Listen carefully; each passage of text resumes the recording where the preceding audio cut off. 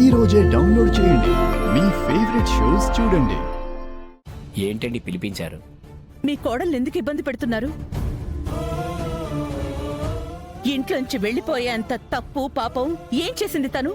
నా కొడుకు పోయి సంవత్సరం కావస్తుంది. వీళ్ళు నాకు మోయలేని భారం అవుతున్నారమ్మా. అదీగాక బొట్టులేని తన మొహం చూడడం మాకు అపశకునం అమ్మా. మీకు మీ ఆవిడ పోయింది కదా, మరి మీరింకా పుణ్యపురుషుల్లాగానే నలుగురిలో తిరుగుతున్నారు, శుభకార్యాలకు వెళ్తున్నారు. మీ ఇంటి వారసత్వాన్ని తన కడుపును మోసిన మాతృమూర్తి నాగేశ్వరరావు గారు మీ కోడలు.